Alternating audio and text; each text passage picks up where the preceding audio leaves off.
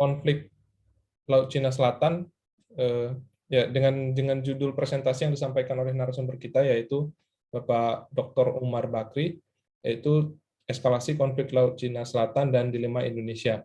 Tanpa memperpanjang waktu, kita langsung masuk ke agenda pertama, diawali dengan sambutan dari Sekretaris Program Studi Magister Ilmu Politik Visibusu, Bapak Dr. Heri Kusmanto. Layar dan waktu dipersilakan, Pak, untuk memberikan sambutannya.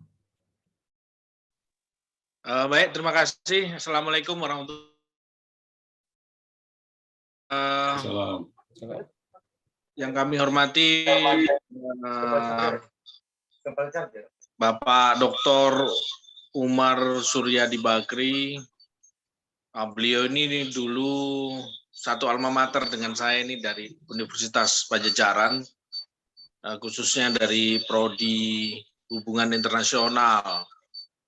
Dan beliau ini sangat terkenal waktu itu sebagai pendiri Forum Diskusi Hubungan Internasional dan sempat merajai selama beberapa tahun dalam berbagai event yang dilakukan oleh Kementerian Luar Negeri ya sekarang ini, dulu Departemen Luar Negeri. Dan beliau ini tetap di jalur swasta, tidak ingin menjadi pegawai negeri kan gitu, dan tetap dalam perjuangannya ini di jalur swasta sebagai periset dan dosen.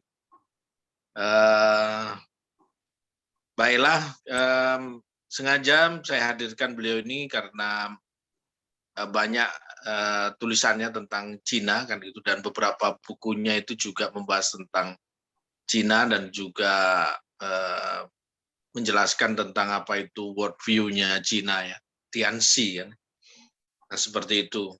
Dan kebetulan dunia ini sebenarnya telah mengalami ancaman yang sangat berbahaya selain pandemi, global climate change, dan yang ketiga itu global war kan gitu, yang bisa dipicu dari konflik Laut Cina Selatan ini. Oleh karena itu, walaupun magister politik ini arahnya ke politik domestik, namun tidak ada salahnya atau bahkan menjadi penting apabila para mahasiswa juga mengetahui tentang keadaan-keadaan politik internasional yang bisa menjadi memiliki potensi masalah ataupun akan mempengaruhi keadaan-keadaan domestik di kita ya, khususnya di Indonesia. Nah, pada kesempatan ini telah hadir, telah menyempatkan waktu Bapak Dr. Umar Suryadi Bakri di tengah kesibukannya sebagai periset dan juga sebagai dosen. Dan kita sangat berterima kasih kepada Bapak Dr. Umar Suryadi Bakri atas kehadirannya, dan selanjutnya acara ini akan dipandu oleh moderator kita yaitu Saudara Saiful Bahri. Untuk mempersingkat waktu, kami persilahkan kepada panitia untuk melangsungkan diskusi kita yang akan dimulai oleh ceramah dari Bapak Dr. Umar Suryadi Bakri. Sekali lagi terima kasih kepada Pak Dr. Kang Umar. Silakan. Baik. Terima kasih Pak Heri atas sambutannya dan sudah membuka acara kita. Langsung saja saya serahkan kepada moderator yang akan membantu kuliah umum pada siang hari yang berbahagia ini, yaitu saya bacakan secara singkat CV beliau, yaitu Bapak Saiful Bahri. Beliau saat ini menjadi salah satu dosen di Departemen di Program Studi Ilmu Politik Visibusu. Kepada Pak Saiful, saya persilakan waktu dan layar untuk diambil alih. Silakan. Oke, baik. Terima kasih Pak Fredrik Brovenekayanta atas waktu dan kesempatannya. Bismillahirrahmanirrahim. Assalamualaikum warahmatullahi wabarakatuh.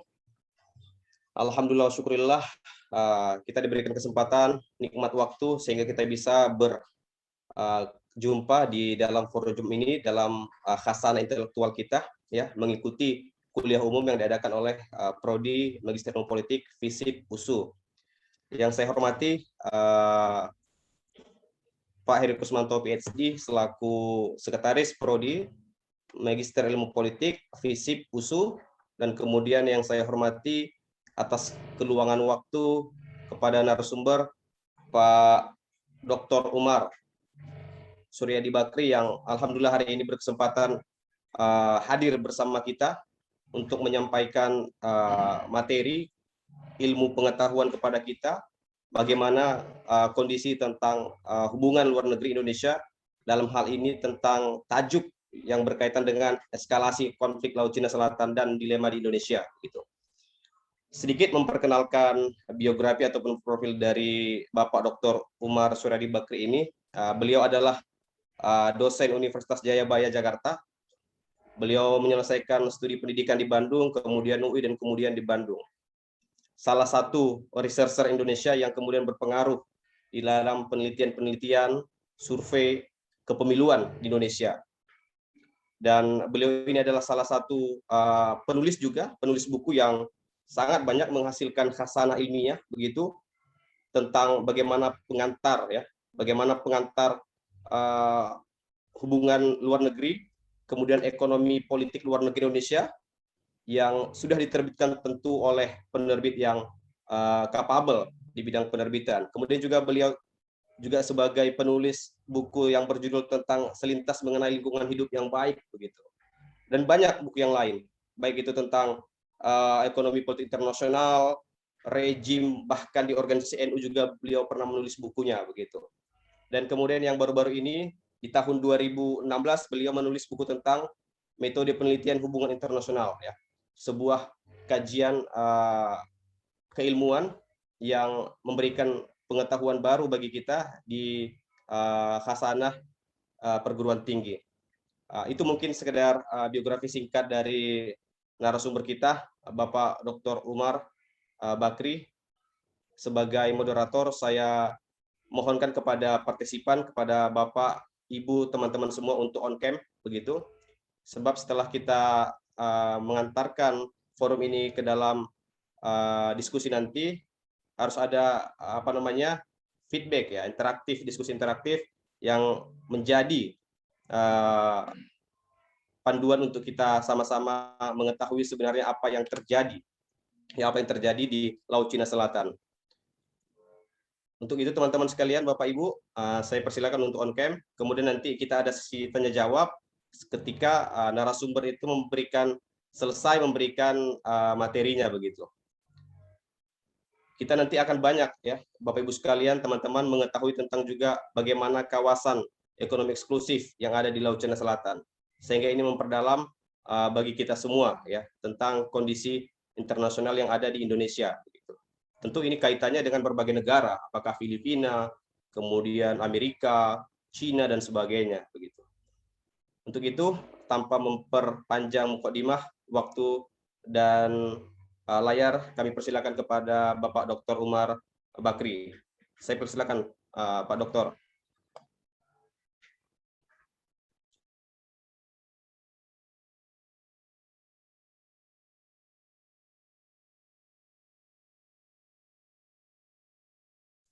Mikrofonnya Pak, mohon izin Pak Umar.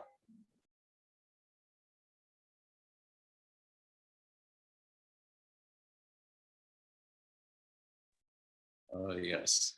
Suara saya jelas, Pak Saiful? Oke, jelas Pak Umar. Oke. Jelas. Assalamualaikum warahmatullahi wabarakatuh. Waalaikumsalam warahmatullahi wabarakatuh. Selamat siang. Yang saya hormati Kang Heri, Pak Saiful, dan Pak Fredrik, serta kawan-kawan mahasiswa magister Ilmu Politik Universitas Sumatera Utara. Mungkin juga beberapa dosen yang tidak dapat saya sebutkan satu persatu tanpa mengurangi rasa takzim saya pada Bapak Ibu sekalian. Hari ini saya diminta oleh Pak Heri untuk memberikan ya judulnya kuliah umum begitu ya tentang Laut Cina Selatan. Dilihat dari perspektif Indonesia. politik luar negeri Indonesia. Saya background akademik saya adalah hubungan internasional. Teman-teman ilmu politik ya, mungkin dalam beberapa hal kurang connect gitu karena kita dua disiplin yang sebenarnya satu rumpun tetapi mempunyai tradisi sendiri-sendiri. Mungkin akan lebih bagus kalau saya menyampaikan materi tentang politik Indonesia dilihat dari perspektif survei gitu, mungkin itu akan jauh lebih klop dengan kebutuhan teman-teman mahasiswa magister ilmu politik USU ya.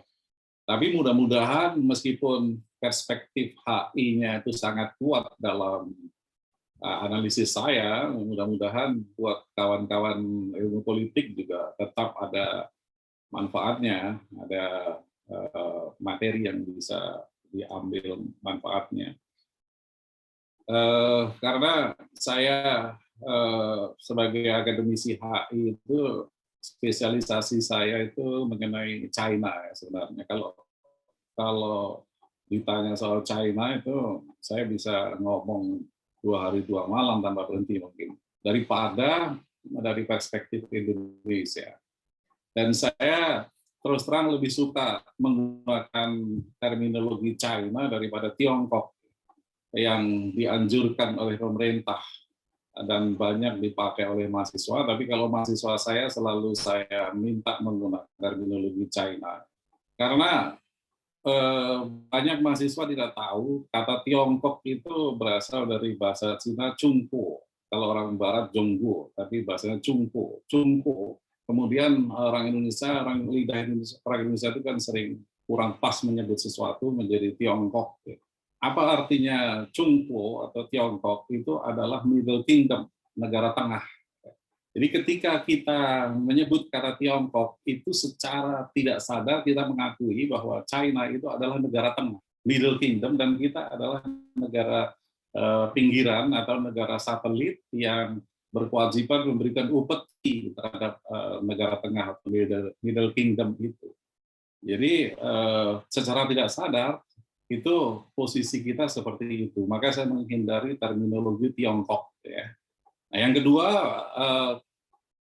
apa saya lebih prefer dengan kata China, karena ketika Anda ke luar negeri, para mahasiswa ini nanti ngambil S3 di luar negeri misalnya, Anda menyebut kata Tiongkok nggak ada orang tahu.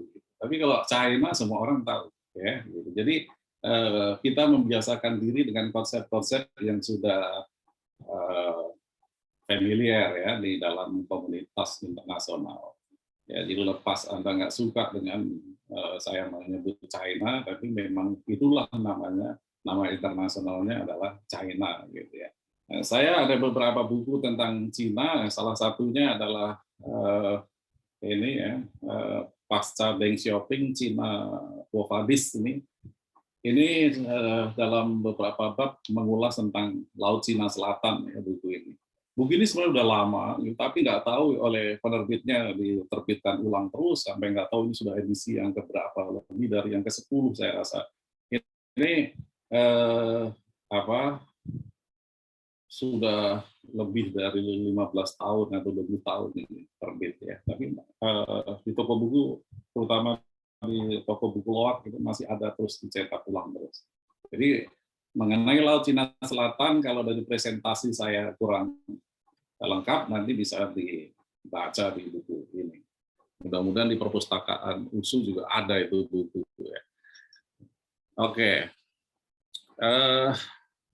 Konflik Laut Cina Selatan. Saya ini dulu.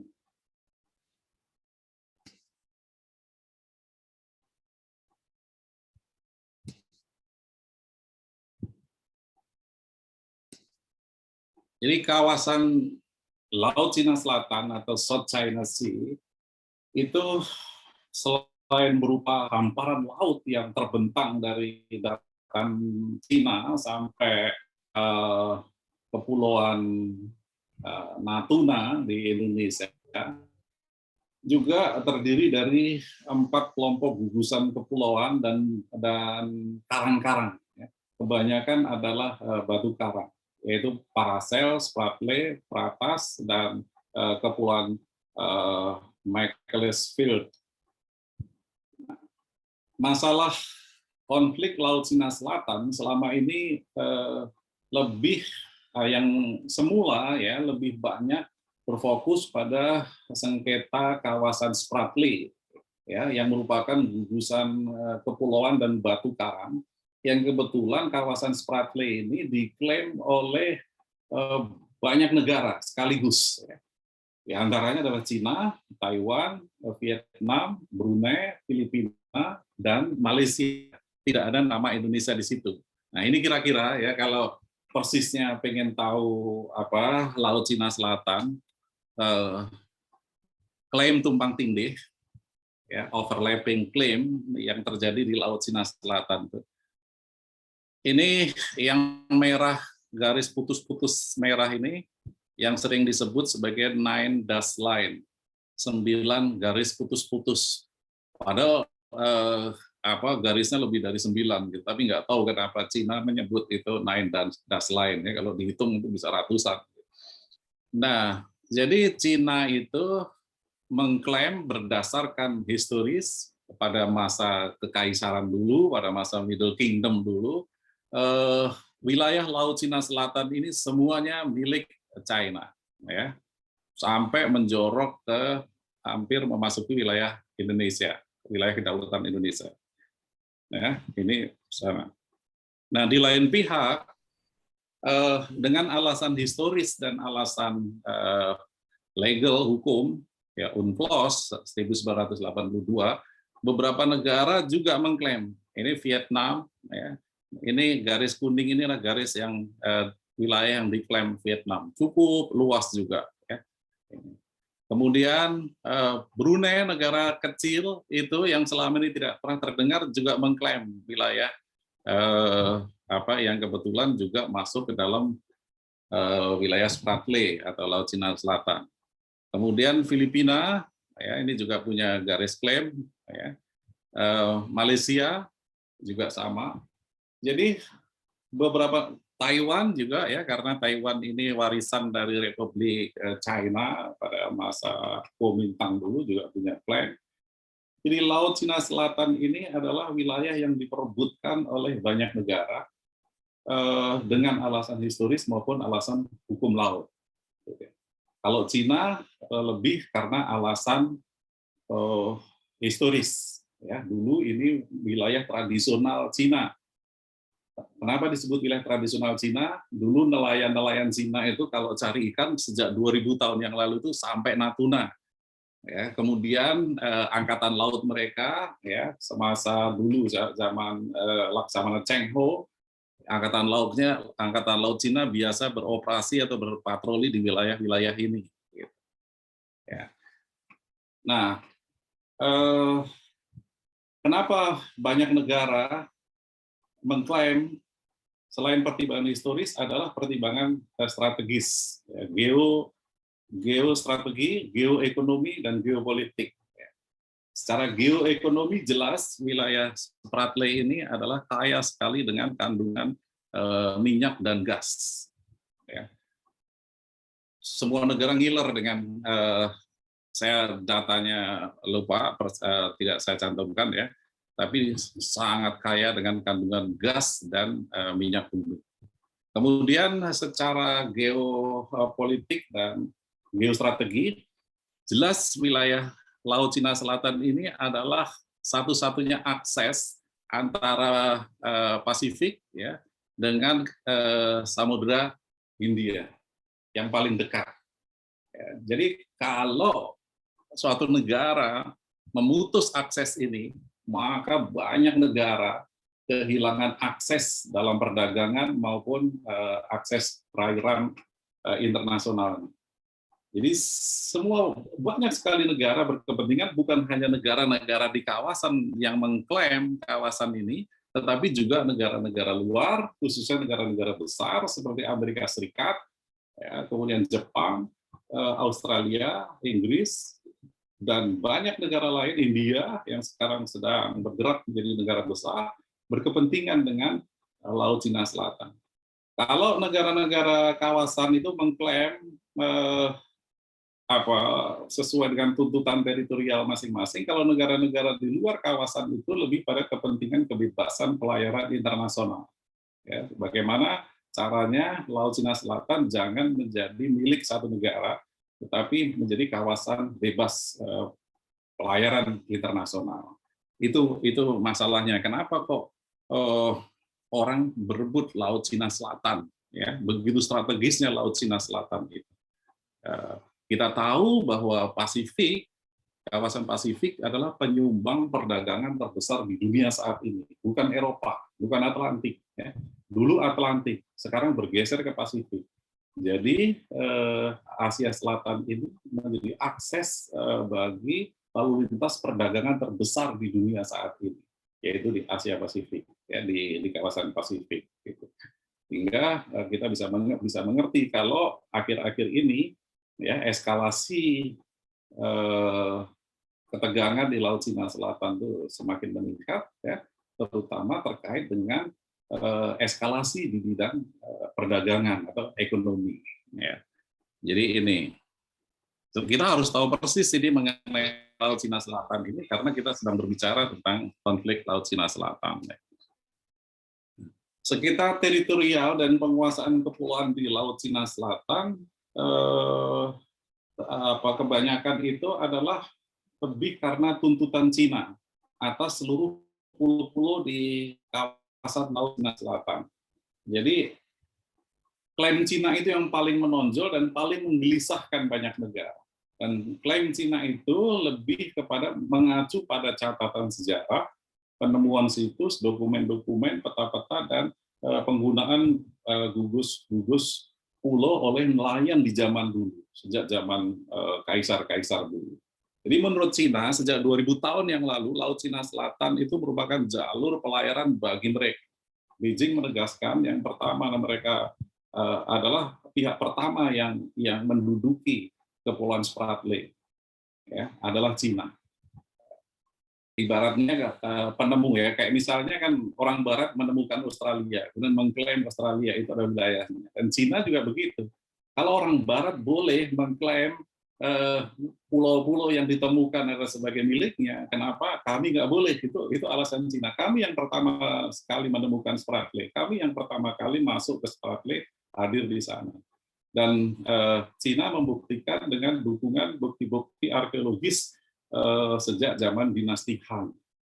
Dinasti Han itu sekitar 200 tahun sebelum Masehi. Itu sudah ada bukti-bukti Cina hadir di Spratly, dan Cina adalah negara pertama yang hadir di Spratly. Nah, klaim Cina itu ditolak oleh Vietnam. Yang paling keras, yang paling banyak negara menolak, tetapi yang paling keras menolak klaim Cina itu adalah Vietnam. Ya, karena Vietnam itu memang sangat dekat sekali kan dengan Laut Cina Selatan, negara yang paling dekat lah dengan Laut Cina Selatan. Negara-negara yang juga cukup keras akhir-akhir ini adalah Filipina. Dulu Filipina tidak begitu keras, ya, tapi sekarang Filipina itu cukup agresif. Tapi kalau Malaysia, Brunei, kemudian Taiwan itu agak bisa menahan diri. Ya, dia mengklaim tetapi tidak agresif. Gitu. Jadi Vietnam dan Filipina itu yang paling agresif menentang klaim-klaim Cina di Laut Cina Selatan. Ya.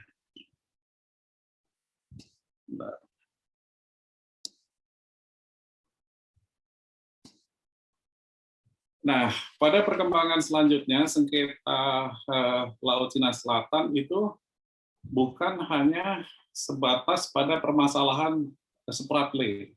Jadi kalau Anda buka literatur tentang konflik Laut Cina Selatan, itu selalu dulu yang diperbincangkan adalah Spratly.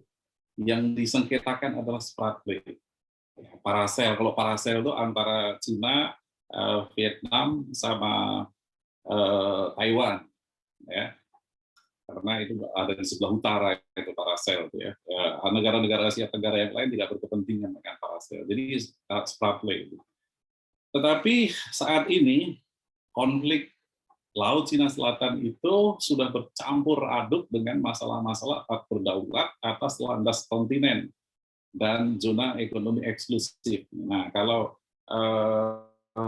teman-teman itu ingin tahu lebih mendalam apa itu zona ekonomi eksklusif, apa itu landas kontinen, apa itu laut teritorial, itu di mata kuliah hukum laut internasional, ya, atau di mata kuliah hukum internasional itu ada.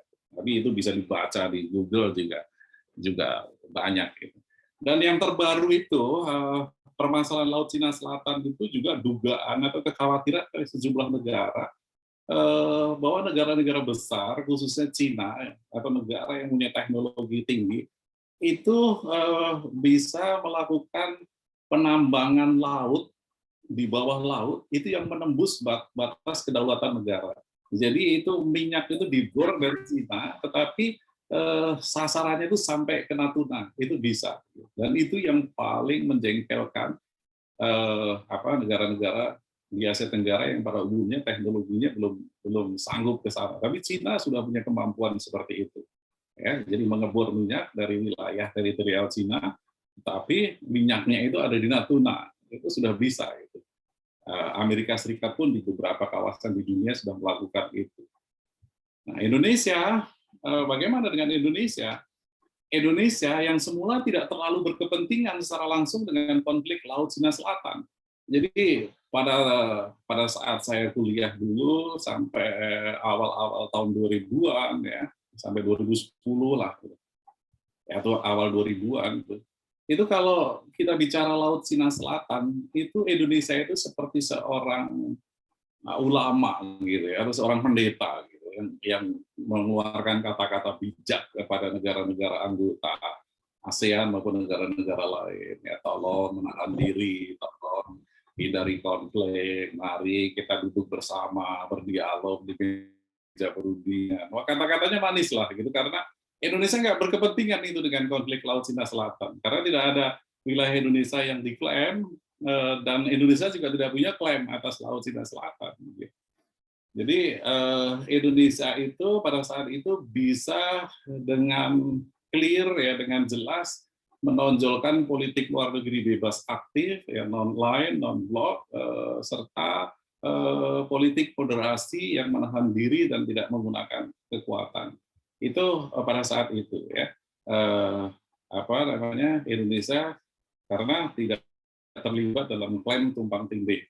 Jadi Indonesia lebih memainkan peran sebagai solusionis gitu, yang berusaha mencari solusi atas permasalahan Laut Cina Selatan, dan Indonesia diterima untuk itu karena Indonesia tidak terlibat dalam klaim tumpang tindih itu. Nah, tetapi masalahnya berubah ketika pada awal-awal pemerintahan reformasi ya, mungkin tahun 2003 atau berapa. Cina itu dalam sebuah pertemuan bilateral dengan Indonesia menyodorkan atau membentangkan peta tradisional yang disebut dengan Nine Dash Line. Dan peta Nine Dash Line itu sebenarnya sudah dibuat Cina sejak sebelum Masehi ya, pada masa dinasti Han dan sebagainya. Tetapi selama ini tidak pernah dipublish oleh Cina, khususnya kepada Indonesia, sehingga Indonesia menganggap tidak ada permasalahan di Laut Cina Selatan dan tidak ada kepentingan Indonesia yang dipertaruhkan di Laut Cina Selatan. Nah, begitu lihat peta itu, ternyata Nine Dash Line, garis merah ini yang dibuat oleh Cina itu beririsan dengan wilayah zona eksklusif, zona ekonomi eksklusif Indonesia. Jadi ini garis biru putus-putus ini adalah wilayah zona eksklusif, batas zona ekonomi eksklusif Indonesia. Jadi ini wilayah ini adalah merupakan wilayah tumpang tindih antara klaim Indonesia dan klaim Cina. Tapi nggak sampai Pulau Natuna. Ini hanya di wilayah zona ekonomi eksklusif. Ingat, zona ekonomi eksklusif itu bukan wilayah kedaulatan, bukan wilayah kedaulatan Indonesia, tapi Indonesia punya hak berdaulat atas zona ekonomi eksklusif ini. Hak berdaulat dan kedaulatan itu berbeda. Jadi para demonstran nasionalis di Jakarta yang sering demo itu sering tidak bisa membedakan antara hak berdaulat dan kedaulatan. Wilayah teritorial itu adalah kedaulatan, tapi zona ekonomi eksklusif itu adalah hak berdaulat. Indonesia punya hak berdaulat untuk mengeksplorasi dan mengeksploitasi sumber-sumber daya alam yang ada di wilayah ini. Tetapi masyarakat internasional boleh berlalu lalang bebas di wilayah zona ekonomi eksklusif. Ya.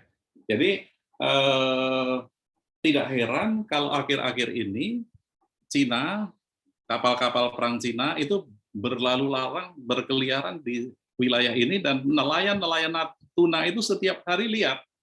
Kalau angkatan laut kita kan terbatas. Ya. Kalau wartawan juga nggak mungkin, ngapain wartawan ke laut. Ya. Jadi yang sering melihat lalu lalang angkatan laut Cina di Laut Natuna ini adalah para nelayan. Hampir tiap hari ada kapal-kapal perang Cina yang berkeliaran di sana, yang secara hukum internasional itu nggak salah, karena memang itu adalah wilayah perairan yang bebas, semua negara boleh berlalu lalang di situ, sepanjang tidak melakukan eksplorasi sumber daya alam di situ. Ya, tetapi di mata para nelayan kita, apa yang dilakukan oleh China dengan setiap hari mengirimkan kapal-kapal perang ke wilayah tumpang tindih ini, itu adalah teror terhadap para nelayan, sehingga mereka nggak berani melaut. Nah, sebab itu mereka minta kepada pemerintah Indonesia, terutama Angkatan Laut, melakukan hal yang sama, patroli Angkatan Laut setiap hari di wilayah itu supaya para nelayan itu tenang gitu. Tapi kan kita semua tahu kekuatan laut kita itu sangat terbatas, ya. Kapal-kapal perang kita sangat terbatas, dan itu disebar di seluruh wilayah laut Indonesia yang sangat luas, sehingga tidak bisa setiap hari mengimbangi kehadiran Cina di wilayah tumpang tindih itu. Ya, jadi ini konflik Indonesia dengan Cina itu lebih ke masalah ini. Di zona ekonomi eksklusif, ya, ada irisan antara klaim Cina yang merah dan klaim Indonesia yang biru.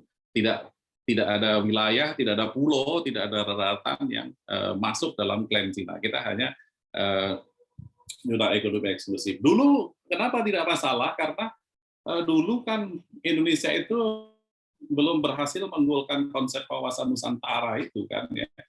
Zona ekonomi eksklusif dan paket-paket istilah tepi laut yang lain itu kan baru disahkan dalam UNCLOS 1982 di Montevideo. Itu hasil perjuangan dari Profesor Mokhtar Kusumaatmadja, ya, ahli hukum laut internasional. Jadi dulu ya ini lautan bebas, semua negara, bahkan Malaysia. Nah, ini sebenarnya Malaysia pun juga mengklaim wilayah-wilayah ini, begitu juga Filipina.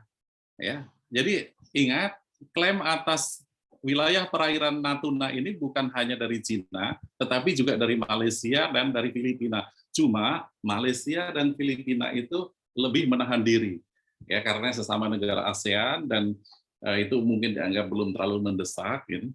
Tapi kalau Cina ini bukan hanya mengklaim, tapi hadir, ya, setiap hari dengan kapal-kapal perangnya di perairan zona ekonomi eksklusif klaim Indonesia itu. Ya, itu masalahnya, itu adalah klaim tumpang tindih. Nah, dalam 2 tahun terakhir, klaim Cina atas sebagian perairan Laut Natuna Utara, jadi istilah Laut Natuna Utara itu adalah istilah unilateral yang kita putuskan sendiri, ya, belum diakui oleh masyarakat internasional. Kita memberi nama wilayah itu adalah Laut Natuna Utara. Jadi agresivitas Cina itu semakin nyata. Nah, seperti saya katakan tadi, para nelayan tiap hari melihat kapal-kapal perang Cina itu memasuki wilayah zona ekonomi eksklusif Indonesia, bukan wilayah kedaulatan Indonesia. Ya. Agresivitas Cina di wilayah di mana Indonesia mempunyai hak berdaulat tersebut oleh berbagai kalangan dipandang sebagai ancaman nyata terhadap integritas teritorial Indonesia, dan pemerintah diminta bersikap tegas terhadap Cina. Nah, ini terutama adalah kelompok-kelompok masyarakat dalam politik domestik yang nasionalis, itu sangat sensitif terhadap hal-hal yang berbau asing di dalam wilayah Indonesia, meskipun itu adalah wilayah zona ekonomi eksklusif. Ya. Jadi desakan-desakan pemerintah bersikap tegas itu nyaring terdengar. Nah, sebelum memperlihatkan agresivitasnya di Laut Cina, di Laut Natuna Utara, Cina telah semakin meningkatkan kehadiran militernya di kawasan Laut Cina Selatan. Jadi bahwa Cina semakin agresif itu suatu fakta yang tidak bisa dibantah. Gitu. Selain patroli laut dengan angkatan lautnya yang semakin intensif, Cina juga telah membangun pangkalan militer di kawasan. Jadi di Laut Cina Selatan itu Cina sudah membangun pangkalan militer, tetapi memang nggak bisa didekati, sehingga kalau orang mengambil foto dari jarak dekat ya keburu ditembak oleh tentara Cina. Ya. Asia Maritim Transparency Initiative atau AMTI itu salah satu pusat kajian di Amerika Serikat, di Washington, itu melacak dengan foto-foto satelit ya, Cina telah membangun benteng pertahanan militer, fasilitas yang cukup lengkap ya di berbagai kawasan di Laut Cina Selatan. AMTI juga mengatakan pulau tersebut, pulau-pulau yang dijadikan pangkalan militer itu tampaknya menjadi telah dipasang rudal dari darat ke udara, yang pokoknya Cina udah siap perang lah gitu untuk mempertahankan klaim teritorialnya itu. Nah ini foto pulau, ini sebenarnya bukan pulau ya, tapi gugusan karang gitu, tapi diuruk oleh Cina. Kemudian di situ dijadikan pangkalan angkatan laut dan angkatan udara. Ini adalah landasan pesawat tempur atau pesawat terbang Cina ya. Kemudian di pinggirnya adalah untuk angkatan laut. Ini foto di tempat lain ya, pangkalan militer Cina ya sudah siap landasannya dan logistik. Pokoknya sudah siap lah untuk pangkalan militer. Gitu. Nah, timbul pertanyaan kenapa Cina baru akhir-akhir ini agresif sampai membangun pangkalan militer segala di Laut Cina Selatan? Kenapa nggak dari dulu? Ya dulu Cina miskin, dulu Cina ekonominya sangat tertinggal. Setelah modernisasi atau dalam bahasa Cina itu disebut dengan Sike Xian Taihua, dengan kebijakan Kaike dan Kaifang, ya, Cina berhasil menjadi kekuatan ekonomi terbesar di dunia saat ini, sehingga memiliki dana yang berlimpah untuk mewujudkan ambisi-ambisi lamanya ya, untuk menguasai dunia. Jadi bisa dimengerti kalau dulu kenapa nggak ada permasalahan, Cina nggak begitu agresif. Sekarang mau apa lagi, sama orang kalau udah kaya itu beli mobil satu nggak cukup, beli mobil dua nggak cukup, ya. Akhirnya beli banyak mobil dan sebagainya. Nah, meningkatnya aktivitas militer Cina di Laut Cina Selatan itu mengundang respon tidak hanya dari negara-negara kawasan Asia Tenggara yang juga mempunyai klaim teritorial atas kawasan tersebut, namun yang lebih menggelisahkan lagi adalah kehadiran negara-negara besar dari luar kawasan, terutama Amerika Serikat, Inggris, dan Australia. 3 negara ini yang paling berkepentingan dengan kawasan Laut Cina Selatan. Amerika Serikat jelas dulu Asia Tenggara adalah wilayah mereka, banyak pangkalan Amerika Serikat ada di Asia Tenggara, ada di Sabik dan Plak di Filipina, kemudian ada di Thailand, di Singapura, dan sebagainya. Sekarang wilayah ini seperti sudah diobok-obok atau dikuasai Cina. Tentu Amerika merasa terpanggil kembali.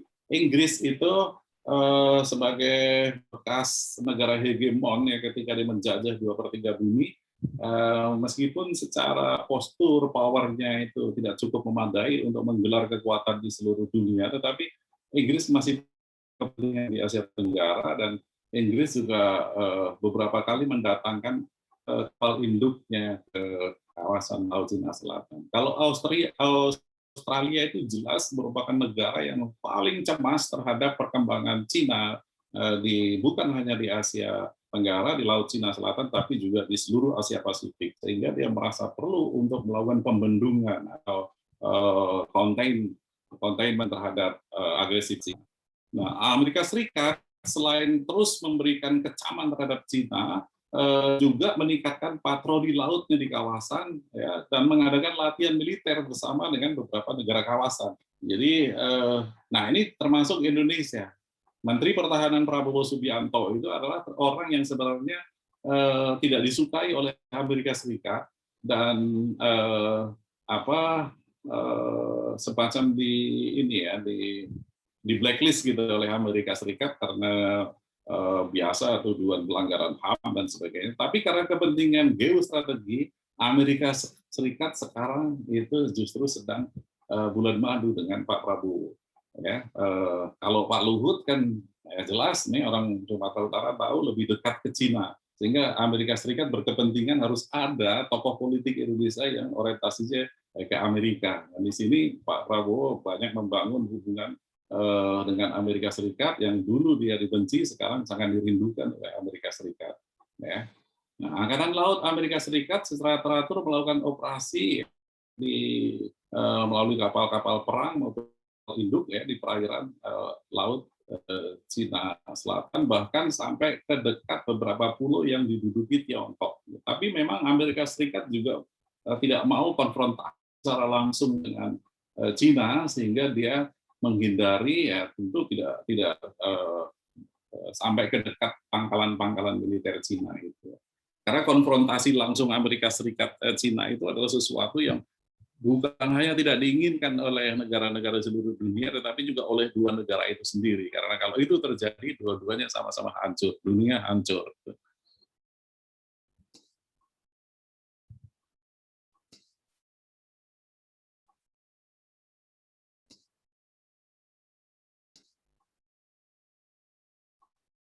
Nah, ini semakin agresifnya perilaku Cina di Laut Cina Selatan serta meningkatnya kehadiran militer negara-negara besar khususnya Amerika Serikat itu dapat meningkatkan eskalasi konflik di Laut Cina Selatan. Nah, ini Panglima Komando Operasi Angkatan Udara Marsikal Pertama Tribowo Budi Santoso sendiri sudah mengindikasikan bahwa telah terjadi peningkatan eskalasi di Laut Cina Selatan ya, karena kehadiran Amerika Serikat dan Cina di kawasan. Dan ini semua akan meningkatkan potensi konflik di kawasan Laut Cina Selatan.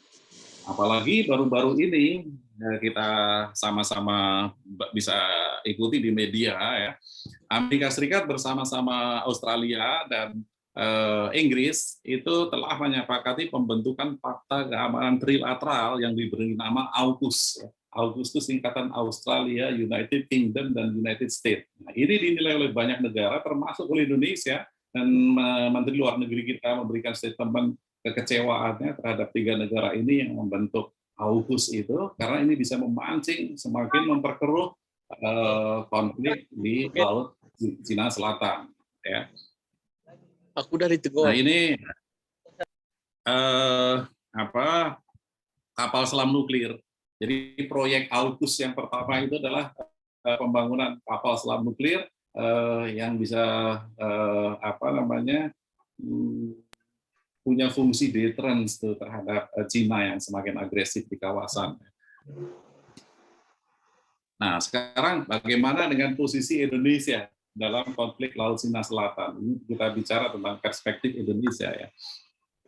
Sebagaimana dikatakan sebelumnya bahwa semula posisi Indonesia itu relatif netral dalam tanda kutip ya dalam kasus Laut Cina Selatan karena tidak menjadi salah satu para pihak atau tidak dalam bahasa hukum itu kita tidak menjadi partis di dalam konflik Laut Cina Selatan. Kita tidak punya klaim atas kawasan Laut Cina Selatan dan wilayah kita juga tidak diklaim oleh negara lain.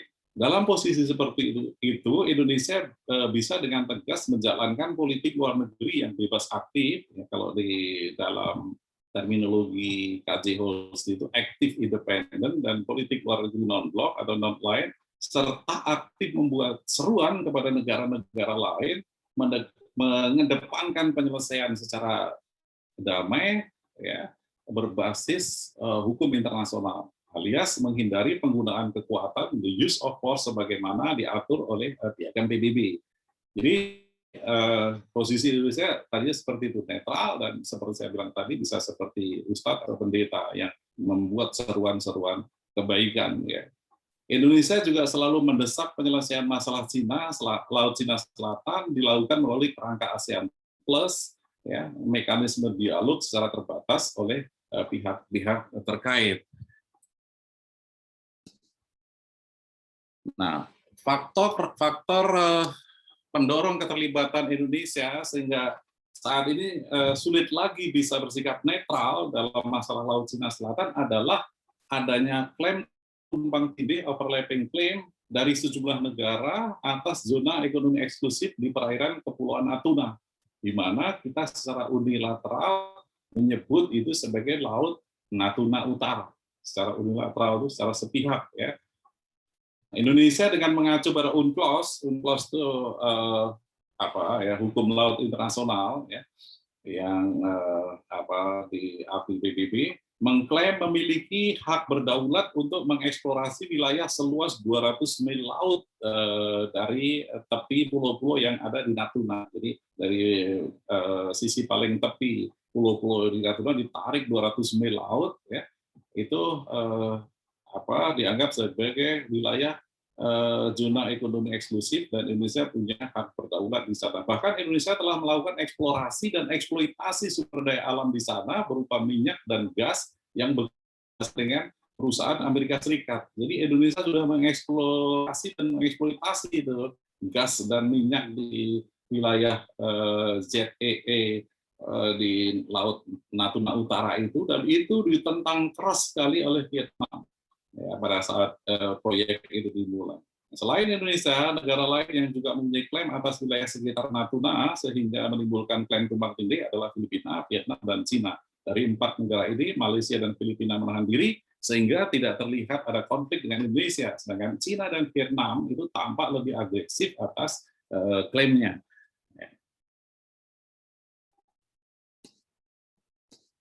Nah, agresivitas Cina atas Laut Cina Selatan semakin menggelisahkan posisi Indonesia ketika pada sebuah workshop di Surabaya tahun 1993, pemerintah Cina membentangkan sebuah peta bersejarah tentang perairan Laut Cina Selatan sebagai miliknya. Bahkan ini pada bulan Mei 2010 pemerintah Cina mengirimkan nota kepada Sekjen PBB yang menyatakan Cina memiliki hak kedaulatan teritorial yang sah serta hak berdaulat atas pulau-pulau di Laut Cina Selatan dan perairan sekitar Natuna. Nah, pemerintah Indonesia menemukan bahwa 9 garis putus-putus atau 9 dash line Cina itu tumpang tindih dengan zona ekonomi eksklusif Indonesia. Ya, Indonesia tentu saja juga mengirimkan surat nota kepada Sekjen PBB yang menyatakan penolakan atas klaim Cina tersebut. Ya, jadi Cina sudah melakukan mengirimkan nota ke PBB, saya juga mengirimkan nota ke PBB. Ya. Dua-duanya mengklaim bahwa wilayah tadi yang tulisan di zona ekonomi eksklusif itu adalah wilayah masing-masing gitu. Ya. Nah, ini foto yang diambil oleh nelayan tentang seringnya kehadiran kapal-kapal perang Cina di zona ekonomi eksklusif di sekitar Natuna. Ini bukan hoax, ini nelayan. Ini, lihat ya, kapal-kapal perang. Ini hasil foto nelayan.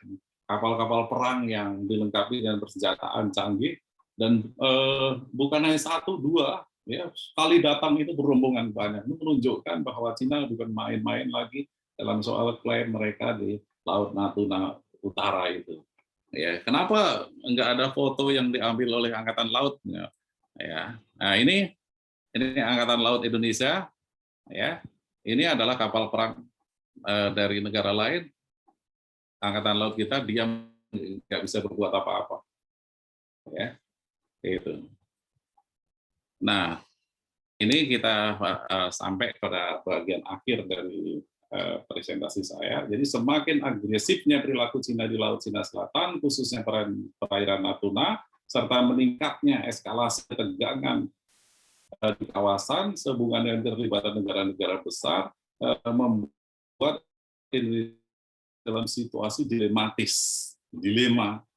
Di satu sisi, sebagai negara yang konsisten dengan politik luar negeri bebas aktif dan non-blok, serta kewajiban menunaikan perintah konstitusi ikut melaksanakan perdamaian dan ketertiban dunia, Indonesia harus selalu mengedepankan politik pengendalian diri atau restraint dan tidak menggunakan kekuatan non-use of force dan mengutamakan penyelesaian konflik itu berdasarkan hukum internasional. Itu di satu sisi posisi kita harus seperti itu. Tetapi di sisi lain, Indonesia akhir-akhir ini seperti dalam situasi diprovokasi untuk bertindak reaktif atas semakin agresifnya perilaku Cina, khususnya di perairan Natuna.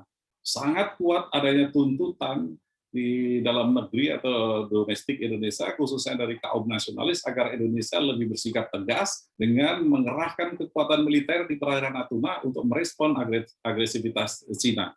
Ini tuntutan-tuntutan di domestik ya.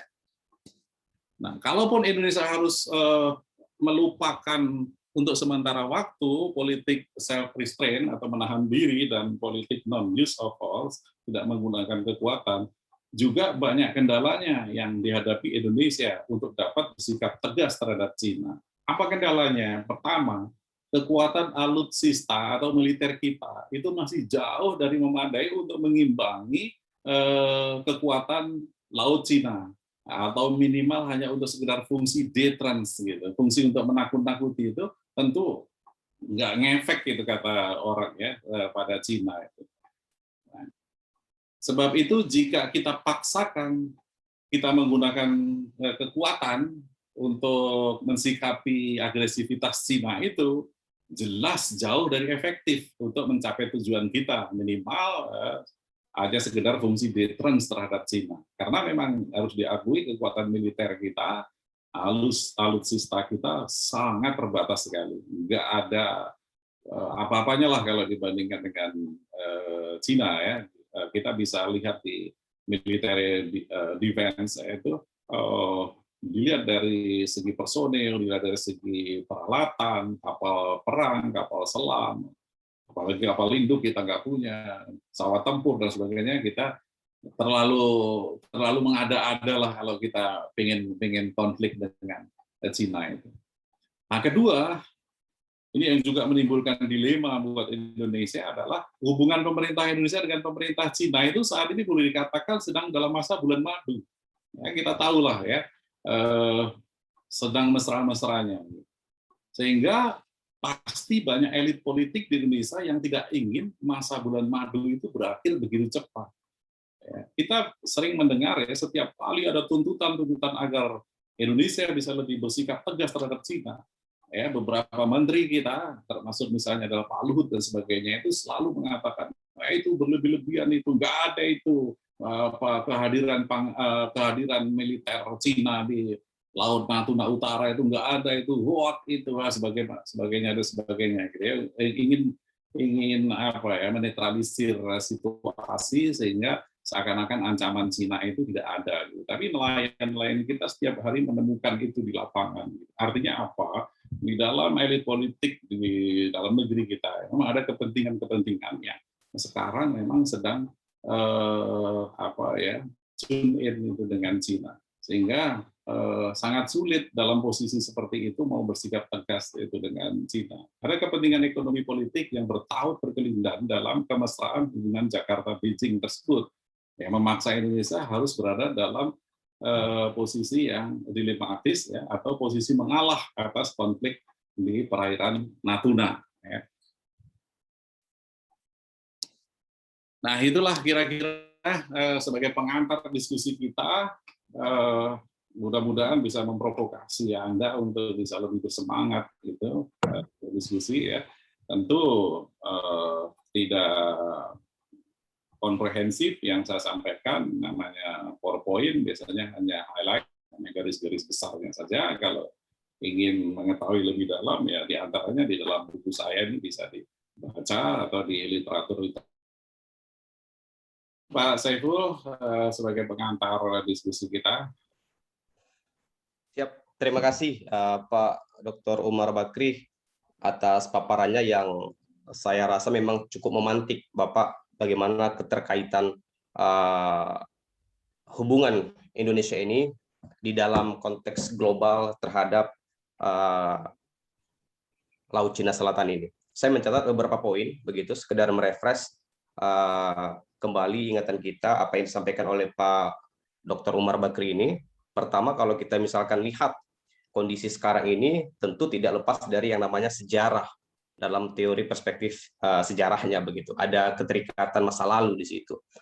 Kemudian yang kedua, tentu di dalam konflik ada yang diperebutkan. Dalam konteks ini adalah sumber daya alam di dalamnya.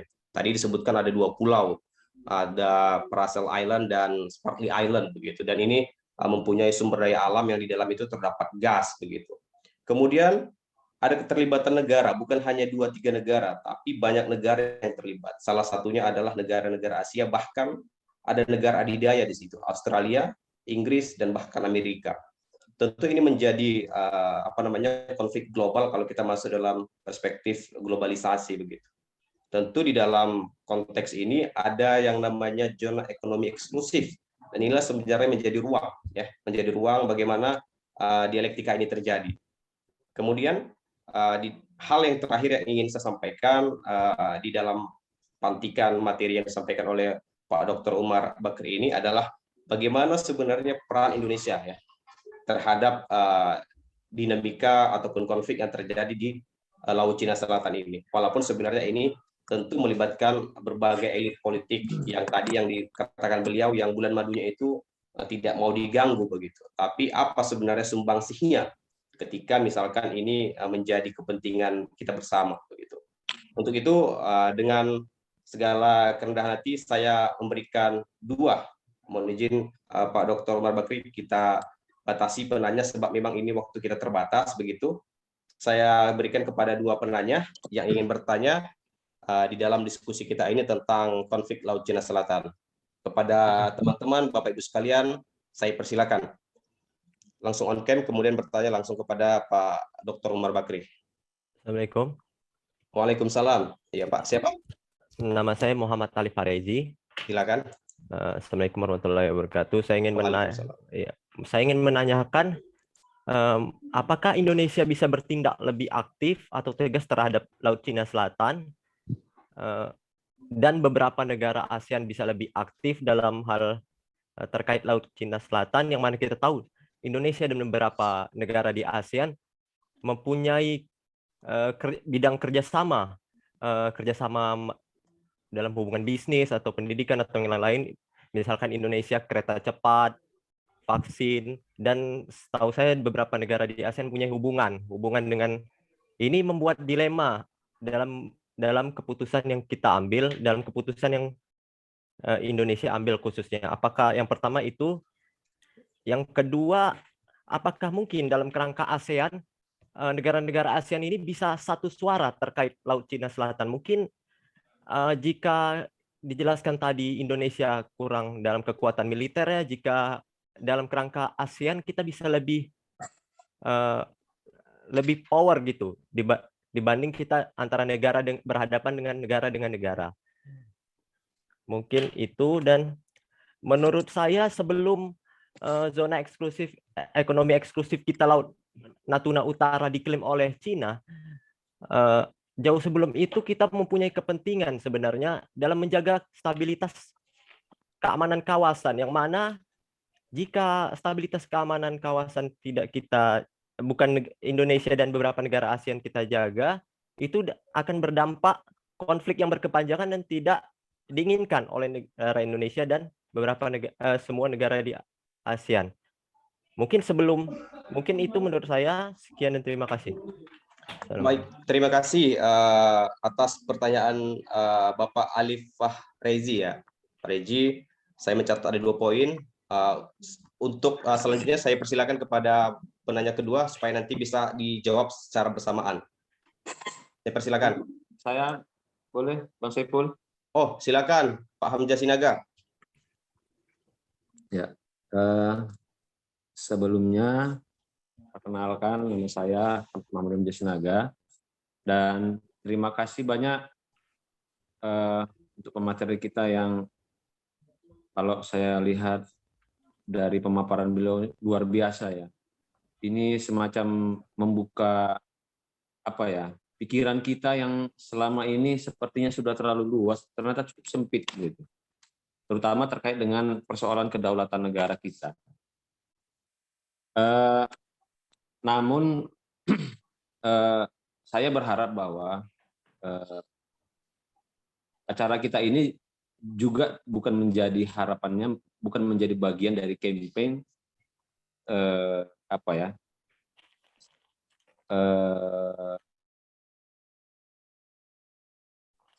tentang bagaimana megahnya kekuatan China gitu ya, dan mendowngrade yang membuat kita justru menjadi pesimis terhadap kekuatan bangsa kita gitu ya. Apalagi kalau misalnya membanding-bandingkan dengan kekuatan militer baik dari sisi angkatan udara, darat, laut yang tadi disampaikan Pak Dr. Umar tadi. Harapan saya justru dari diskusi kita ini muncul trigger-trigger apa yang bisa kita sumbangsikan buat negara kita, khususnya di Departemen Pertahanan, terkait dengan konflik Laut Cina Selatan. Nah, biasanya nanti mungkin bisa dielaborasi juga kepada Pak Dr. Umar. Sebagaimana kita ketahui kan China ini termasuk negara superpower ya. Dan biasanya negara superpower ini selalu ingin memegang kendali gitu ya. Dan saya setuju bahwa persoalan konflik Laut Cina Selatan dan di Natuna ini itu bukan serta-merta motifnya ekonomi, tetapi lebih kepada bagaimana persoalan politik di dalamnya. Apalagi tadi Dr. Umar mengkaitkan bahwa negara kita hari ini sedang mesra-mesranya dengan Beijing begitu. Nah, saya ingin meminta penjelasan dari Dr. Umar. Apakah memang ada kaitannya secara tegas keberadaan Angkatan Perang Laut Cina di kepulauan, gugus kepulauan yang ada di Natuna Utara itu terkait dengan event politik yang ada di Indonesia. Kan di 2019 kemarin dan potensinya untuk di 2024. Apalagi Indonesia hari ini muncul pemikiran ataupun ide dan gagasan terkait dengan tiga periode. Hari ini amandemen undang-undang dasar kita itu sedang masuk dalam pembahasan di DPR. Jadi saya ingin kita tidak terjebak dalam persoalan ekonomi saja. Ekonomi itu mungkin semacam motif gitu ya. Tampilan depan saja begitu. Tapi sebenarnya bukan itu gitu ya. Meskipun Cina tetap berkepentingan secara ekonomi, sebagaimana tadi dikatakan Prof tadi bahwa hari ini sering sekali Coast Guard China itu berlalu lalang yang akhirnya menakut-nakuti begitu ya. Sementara angkatan laut kita kurang dalam konteks intensitas berada di Laut Cina Selatan. Itu yang pertama, Pak Dokter. Bisa dikaitkan apakah mungkin ini ada kaitan dengan event politik 2019 seperti apa? Saya khawatir justru malah keberadaan pangkalan militer ini juga bagian dari trigger untuk meningkatkan eskalasi peran dan kontribusi China dalam event politik di Indonesia. Ini perlu kita kaji begitu. Karena hari ini saya kira Indonesia menjadi negara tujuan politik China dengan obornya. Ya, hari ini infrastruktur yang berjalan di Indonesia itu banyak bantuan dari Cina melalui program obornya. Yang kedua, Pak Dokter, karena kami meyakini Pak Dokter ini kan punya kemampuan ilmu akademis yang cukup untuk menilai secara ilmiah terkait dengan situasi yang ada di di Laut Cina, di Natuna Utara. Bagaimana sebenarnya yang sudah dilakukan oleh para akademis kita sebagai semacam alarm lah ya buat negara kita kepada Departemen Pertahanan yang hari ini dipimpin oleh Pak Prabowo begitu. Kalau kita melihat kampanye Pak Prabowo kemarin kan sepertinya seolah-olah beliau orang yang paling gelisah nih dengan kondisi alutista dan kemampuan militer negara kita gitu. Tapi begitu beliau ada di sana kok sepertinya tidak kelihatan ya, atau memang sengaja disembunyikan dulu nih untuk agenda 2024. Ya ini kembali ke sana gitu Pak Dokter, izin. Nah jadi maksud saya apa yang sudah kita lakukan? Tentu kami hari ini kan masih pada posisi mendengar, melihat, kemudian mencoba menganalisa. Tapi dengan kemampuan Dr. Umar Bakri kan saya kira sudah jauh melebihi apa yang kami ekspektasikan. Jadi kami juga mohon dibantu Prof informasi yang valid sudah sejauh mana sebenarnya asesmen akademis kita, dunia intelektual kita, terutama dari kampus, terkait dengan bagaimana meningkatkan kualifikasi dan kualitas keamanan, terutama pertahanan negara kita. Yang ketiga, Prof, izin, mohon maaf ya Bang Sepul. Yang ketiga, Prof, saya manggil Prof supaya lebih semangat aja nih, Prof. Yang ketiga, kalau persoalan tentang nasionalisme, saya kira perjuangan kemerdekaan Republik Indonesia kita telah diajarkan bagaimana ketiadaan dan kepapaan negara kita pada saat itu, tapi dengan semangat yang tinggi itu bisa. Dan saya kira semangat nasionalisme kita masih ada. Hanya memang kita masih didera pada persoalan konflik internal di negara kita. Belum lagi persoalan disintegrasi, kemudian persoalan toleransi, persoalan pluralisme, persoalan agama, dan seterusnya. Saya justru sangat berharap bahwa menang kalah itu belakangan, Pak Dokter. Tapi saya ingin juga memang ada action oleh Angkatan Laut kita. Kan belum tentu juga orang Cina itu membalas kalau kita tembak nanti. Cuman kita beranggapan bahwa kalau kita tembak nanti kita diserang habis-habisan. Kan belum tentu juga ini sama-sama apanya ini kan berharapnya ini. Tapi kalau memang hari ini kita tidak menunjukkan who is we, who is us, siapa kita sebenarnya, who are we misalnya, ya mereka akan memposisikan kita seperti itu, menjadi negara yang selalu berada di bawah kendali mereka. Coba tembak sekali-sekali Coast Guard Cina itu yang melintasi di negara. Persoalan saling klaim ini kan berarti kan sama-sama berhak nih, misal begitu. Apakah mungkin sampai ke sana analisanya gitu ya? Karena hari ini seperti yang katakan Prof tadi, kita sebagai negara yang very-very aja nih, negara-negara yang dikendalikan begitu, tidak bisa berbuat apa-apa. Mungkin ini izin Prof kalau mungkin terlalu banyak ataupun kurang pas pada tema kita ataupun sedikit tidak sesuai dengan apa yang diharapkan.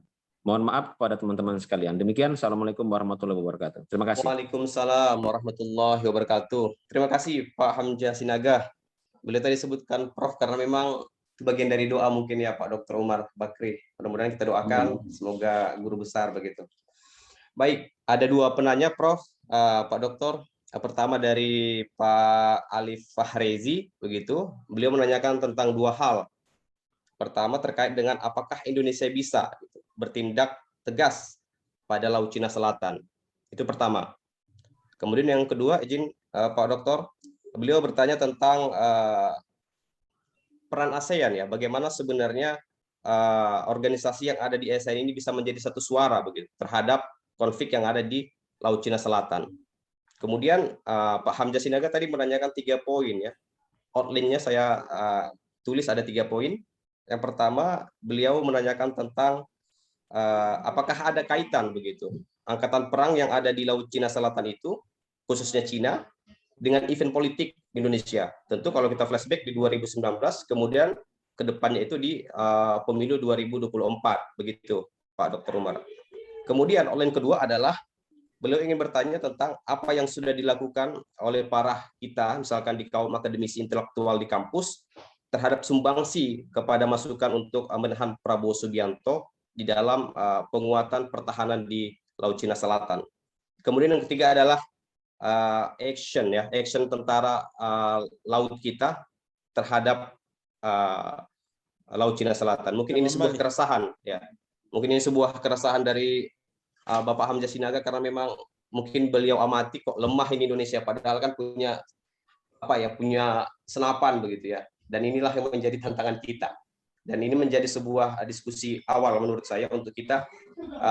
Tadi juga Pak Dr. Umar menyinggung politik menahan diri ya. Saya tertarik itu sebenarnya, tapi mungkin di forum lain kita akan diskusikan begitu. Saya kira itu Pak Dr. Umar, beberapa pertanyaan poin dari teman-teman. Saya kembalikan ke Pak Dr. Silakan Pak Dokter. Unmer.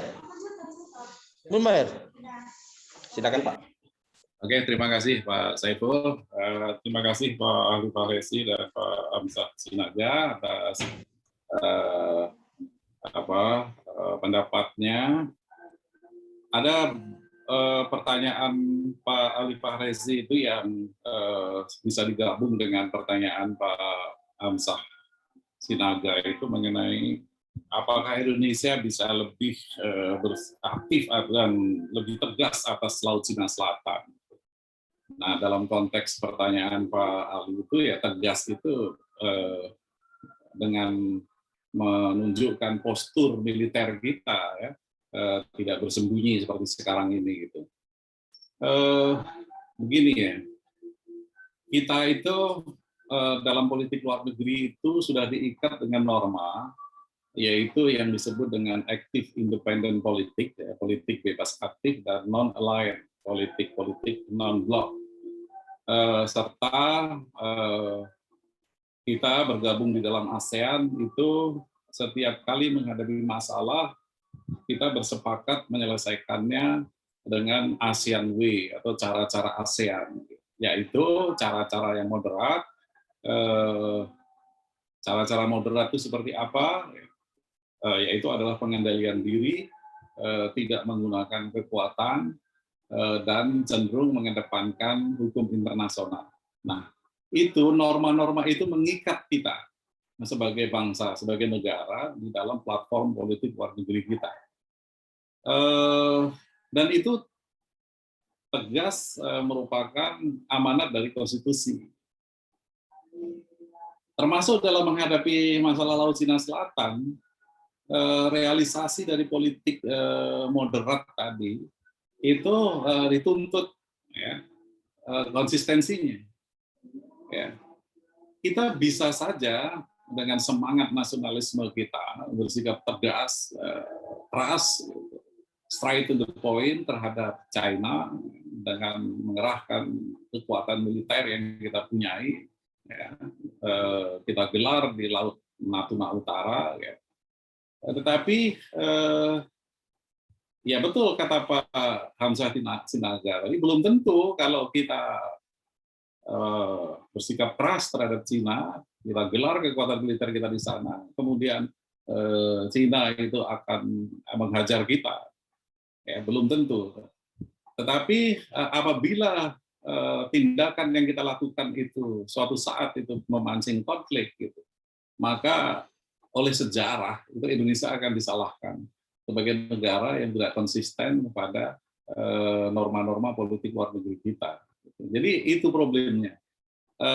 Mungkin kalau tadi ditanyakan kira-kira kontribusi akademis, masyarakat akademis itu apa gitu. Salah satunya adalah kita melakukan kajian apakah politik bebas aktif dan politik non-blok serta politik moderat yang mengedepankan pengendalian diri dan tidak menggunakan kekuatan serta hukum internasional itu masih relevan dengan politik luar negeri Indonesia sekarang. Tuntutan politik luar negeri Indonesia sekarang itu perlu kita kaji. Karena selama ini itu selalu menjadi kendala bagi Indonesia untuk bisa bersikap tegas, untuk bisa bersikap lebih eksplisit gitu dalam menghadapi masalah-masalah internasional, khususnya yang berkaitan dengan kepentingan Indonesia.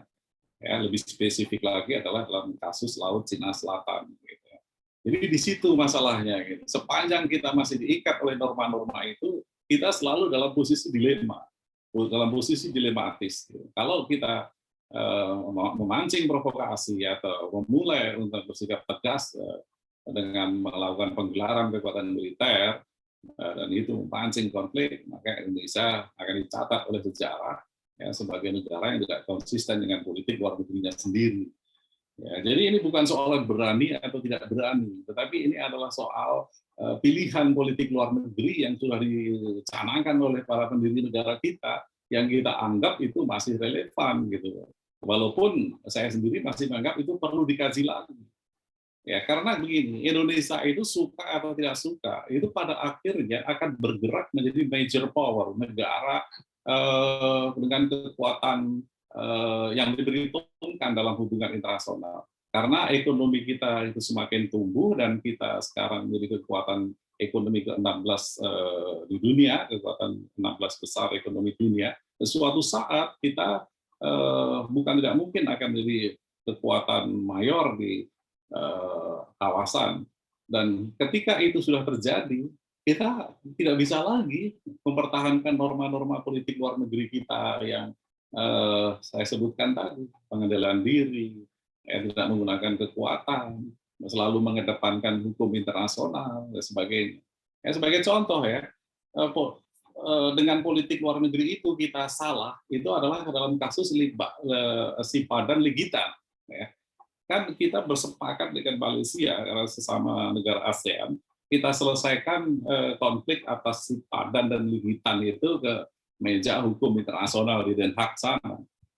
Tapi apa yang terjadi oleh Mahkamah Internasional? Kita kalah, ya, dikalahkan karena meskipun secara historis si Padan dan Ligitan itu adalah wilayah bekas jajahan Hindia Belanda, tetapi secara sosiologis, ya, secara realitas sehari-hari Indonesia tidak merawat kedua pulau itu, kemudian dirawat oleh Malaysia. Dan di dalam hukum, siapa yang merawat itu lebih dikedepankan haknya daripada negara yang dulu dianggap memiliki wilayah itu. Jadi pendekatan hukum internasional itu atau pendekatan moderat itu ternyata tidak selalu menguntungkan politik luar negeri Indonesia.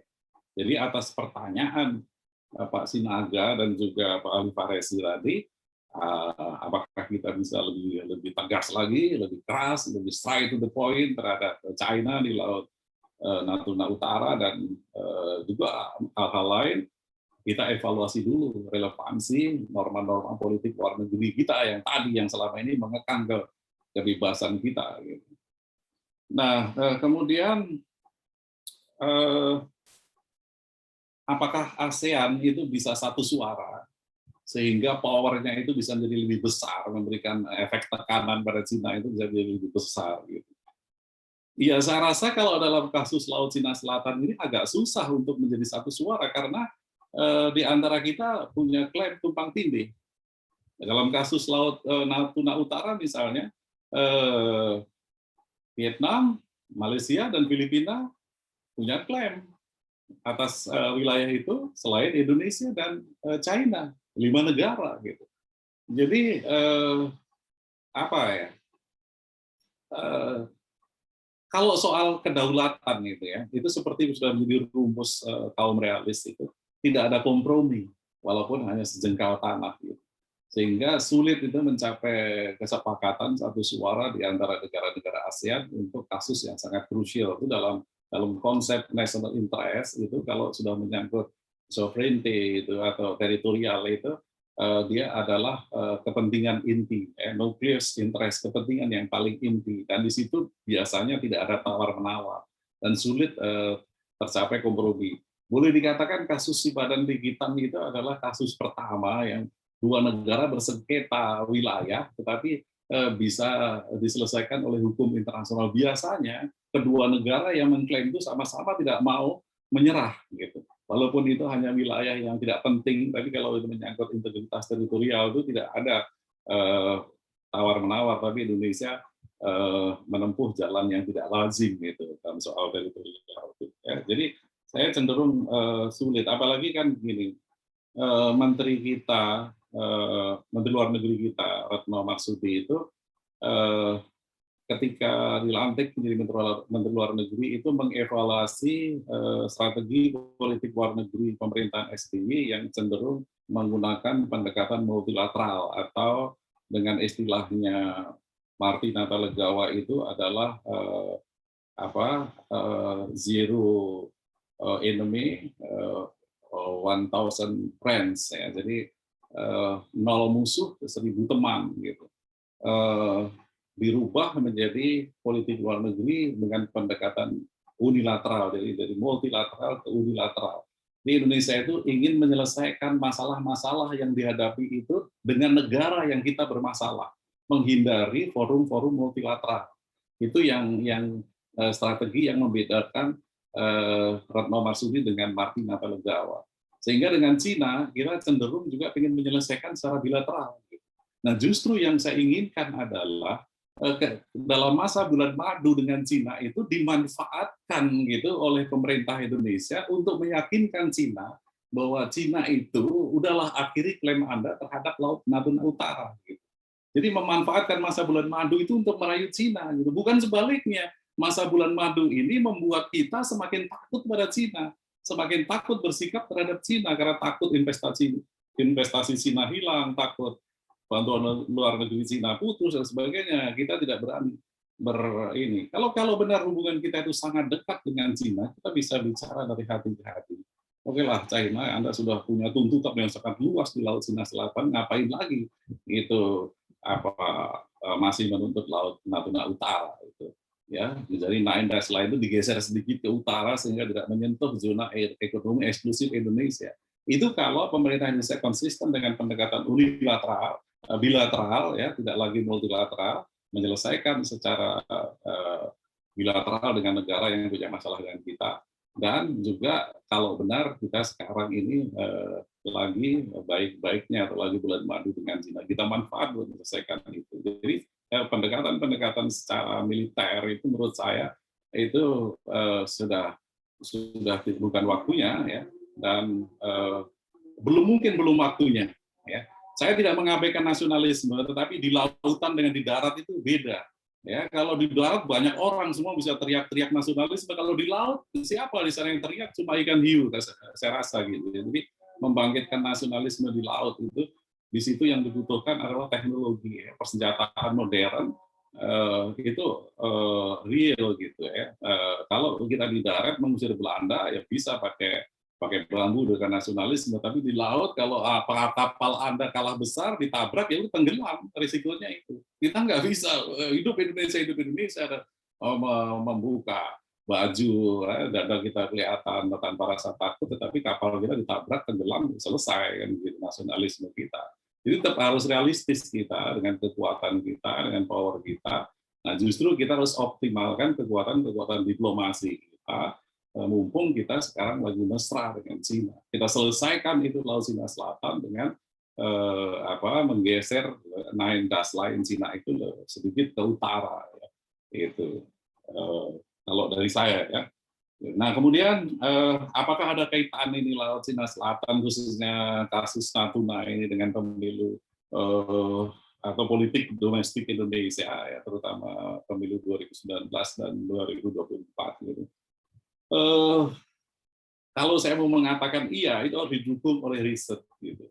Saya nggak bisa menyimpulkan bahwa ini berkaitan tetapi tidak berdasarkan riset, ya, itu gegabah gitu, sebagai seorang akademisi gitu. Tapi kalau dari segi indikator ya ada kaitan bisa gitu. Nanti kan gini, biasanya itu para politisi ya, apakah itu calon presiden atau calon anggota parlemen gitu, isu-isu baik domestik maupun internasional itu bisa diolah atau bisa dikapitalisasi untuk menguntungkan kepentingan politiknya. Gitu.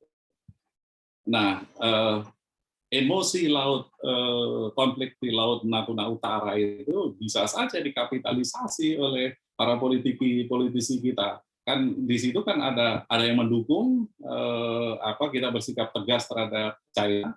Dan biasanya sikap seperti itu akan memperoleh dukungan publik luas. Ya, semangat nasionalisme itu dengan mudah akan membakar dukungan atau mengundang dukungan yang sangat cepat dari publik luas. Sebaliknya, politik moderat atau cenderung untuk tidak mencurigai ambisi-ambisi Cina itu bahkan mungkin cenderung tidak disukai oleh mayoritas masyarakat. Gitu. Jadi momen itu dimanfaatkan dimanfaatkan oleh para politisi gitu ya. Tetapi momen itu bukan muncul karena berkaitan dengan politik 2019 dan 2014. Ya. Kalau kita lihat dari sisi Cina, ya itu udah memang seperti Pak Hamzah Sinaga tadi, itu semua terkait dengan obor. Ya, One Belt, One Road, China itu bukan hanya di Indonesia Pak Hamzah, tapi seluruh dunia. Cina itu sekarang sedang membangun infrastruktur ya untuk melapangkan ekspansi bisnis China itu di seluruh dunia. Ya, jadi makanya jalan-jalan yang menghambat ekspansi bisnis Cina di seluruh dunia itu akan disingkirkan oleh Cina gitu. Dan kawasan Laut Cina Selatan itu seperti saya katakan tadi sangat strategis untuk ekspansi bisnis Cina. Kalau kita bicara ekspansi bisnis Cina itu bukan semata-mata ekonomi, ya, tetapi itu adalah bagian dari strategi global Cina sebagai negara superpower. Ya, mau nggak mau gitu, kalau Cina itu sudah memperoleh status sebagai negara superpower, dia harus menggelar kekuatannya di seluruh dunia pada saat yang bersamaan untuk melindungi kepentingan ekonomi dan bisnis dia yang sudah tergelar di berbagai penjuru dunia. Gitu. Jadi di situ masalahnya lebih nggak ada pemilu di Indonesia tahun 2019 atau 2024 pun itu masalah Laut Natuna Utara itu akan muncul, agresivitas Cina itu tetap akan terjadi. Gitu.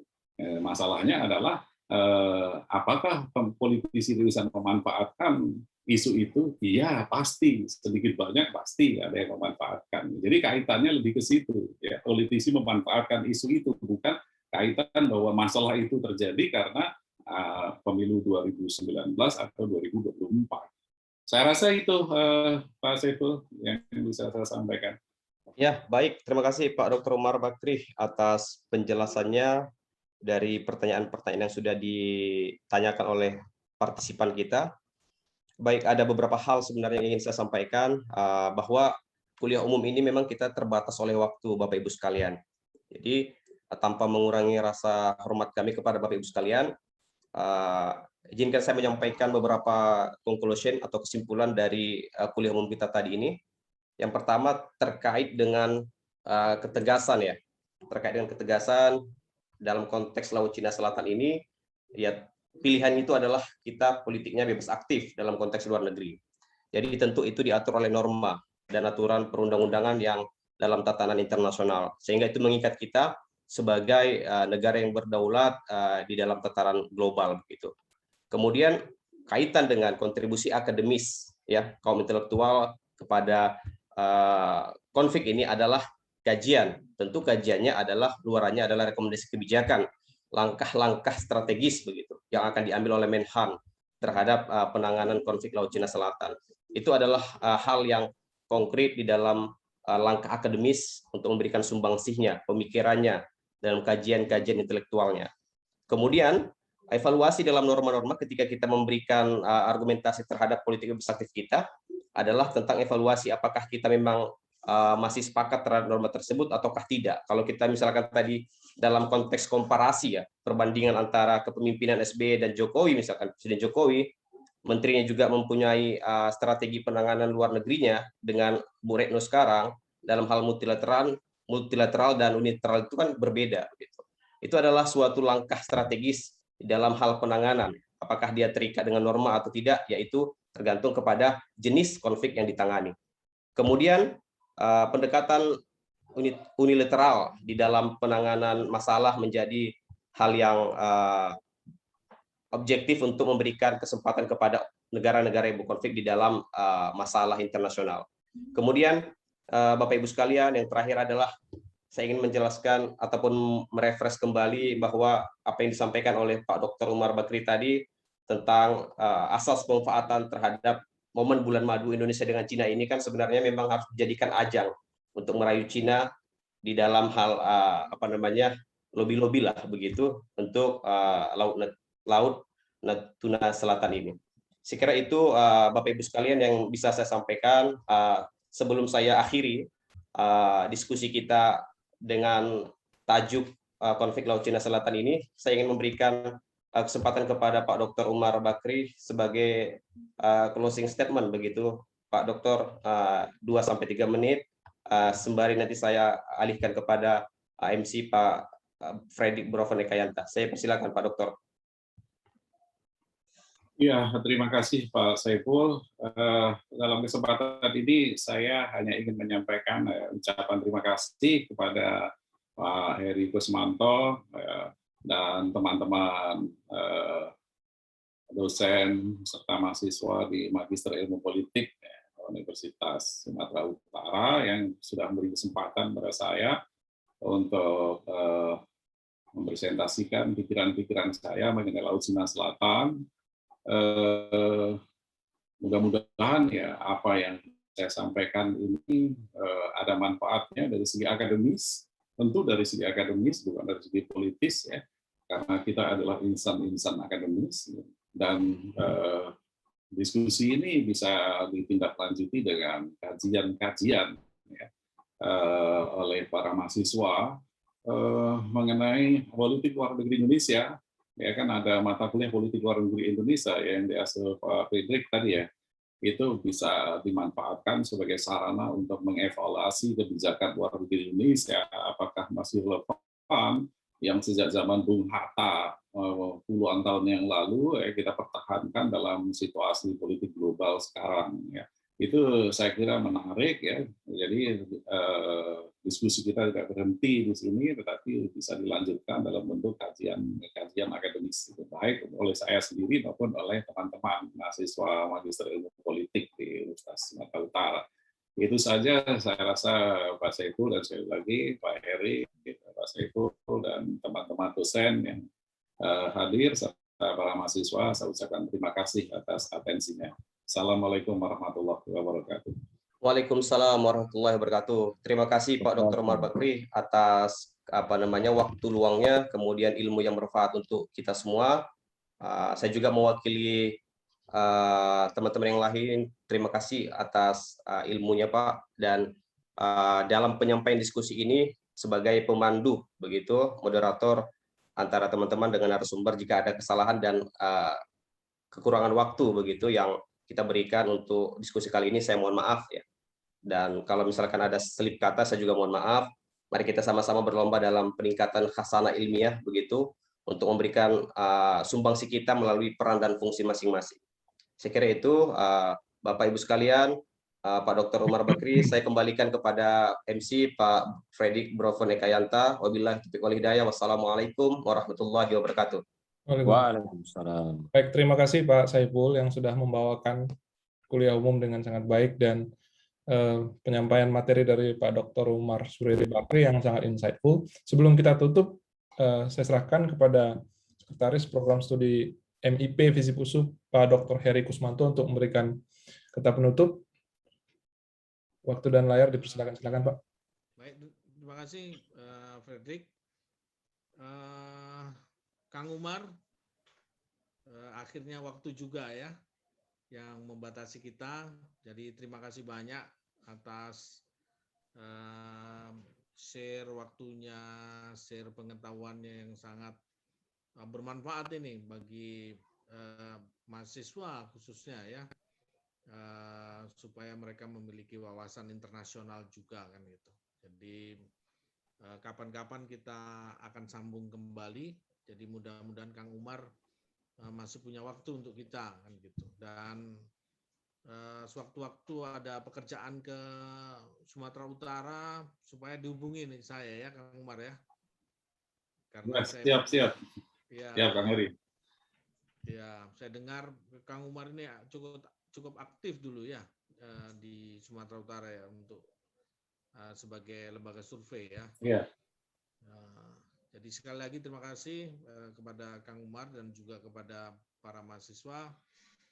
Mudah-mudahan ini menjadi penyemangat dan pemicu untuk meningkatkan akademik curiosity kan gitu, tidak hanya di domestik tetapi juga di bidang-bidang lain, pengetahuan-pengetahuan yang lain yang sangat berguna, dan ini seharusnya mendorong kita untuk lebih banyak membaca lagi kan, supaya khasanah pengetahuan kita semakin lama semakin bertambah. Jadi sekali lagi terima kasih, dan kepada Saudara Fredrik selaku MC dan Saudara Saiful kami juga ucapkan terima kasih banyak. Mudah-mudahan kita semua selalu sehat dan terus maju. Amin. Jadi saya pikir demikian.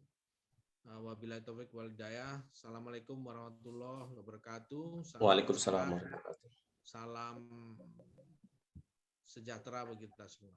Waalaikumsalam. Terima kasih Pak Heri sudah menutup kuliah umum kita secara resmi. Dengan demikian berakhir pula agenda kuliah umum bertopik konflik Laut Cina Selatan kita pada siang hari ini.